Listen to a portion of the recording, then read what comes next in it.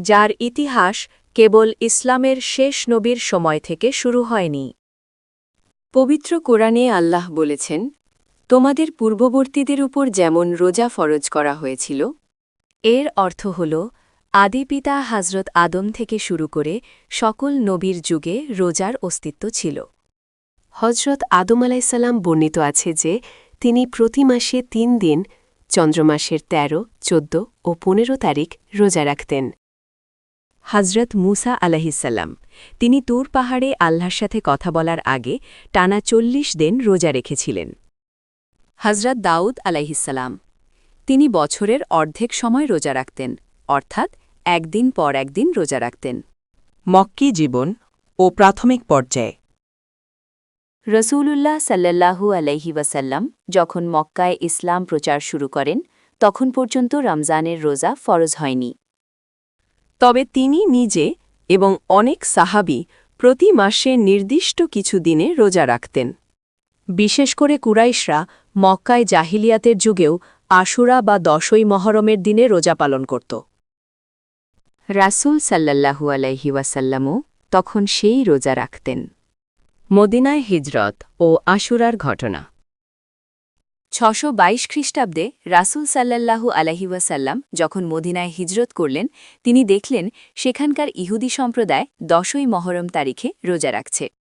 তিনি তাদের জিজ্ঞেস করলেন, তোমরা কেন এই দিনে রোজা রাখো?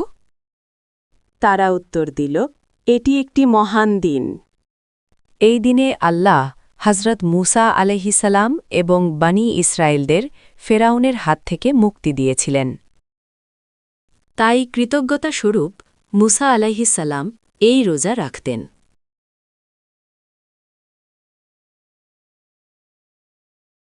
এরপর থেকে মুসলিমদের জন্য আশুরার রোজা রাখা সুন্নত হিসেবে গণ্য হয়।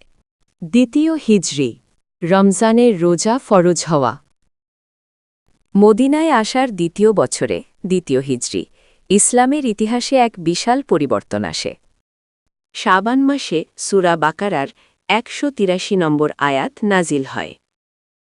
এই আয়াতের মাধ্যমেই পুরো ১ মাস রমজানের রোজা রাখা প্রত্যেক সুস্থ ও প্রাপ্তবয়স্ক মুসলিমের ওপর বাধ্যতামূলক বা ফরজ করা হয়।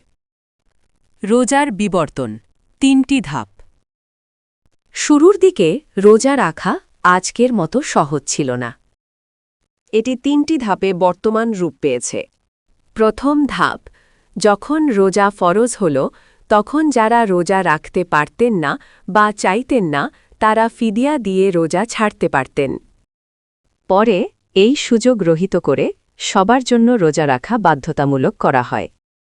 দ্বিতীয় ধাপ, শুরুর দিকে নিয়ম ছিল ইফতারের পর যদি কেউ ঘুমিয়ে পড়তেন তবে ঘুম থেকে ওঠার পর তিনি আর কিছুই খেতে পারতেন না। অর্থাৎ ঘুমের মাধ্যমেই তার পরের দিনের রোজা শুরু হয়ে যেত।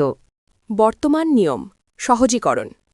একবার এক বৃদ্ধ সাহাবী সারাদিন পরিশ্রম করে ইফতারের সময় এসে ক্লান্তিতে ঘুমিয়ে পড়েন। ফলে নিয়ম অনুযায়ী তিনি আর রাতে কিছু খেতে পারলেন না এবং পরের দিন রোজা রাখা অবস্থায় অজ্ঞান হয়ে যান। এরপর আল্লাহ তাআলা দয়া করে আয়াত নাজিল করেন যে সুবহে সাদিক পর্যন্ত পানাহার ও স্ত্রীর সাথে মেলামেশা জায়েজ। এভাবে রোজার বর্তমান সহজ নিয়মটি প্রতিষ্ঠিত হয়। ৫. বদরের যুদ্ধ ও রোজা।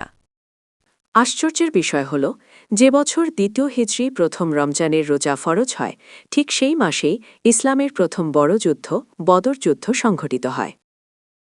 সাহাবীগণ রোজা রাখা অবস্থায় মরুভূমির প্রচণ্ড গরমে যুদ্ধ করেছিলেন। আল্লাহ তাআলা তাদের ধৈর্য ও ঈমানের পরীক্ষা নিয়েছিলেন এবং বিজয় দান করেছিলেন। উপসংহার ও শিক্ষা।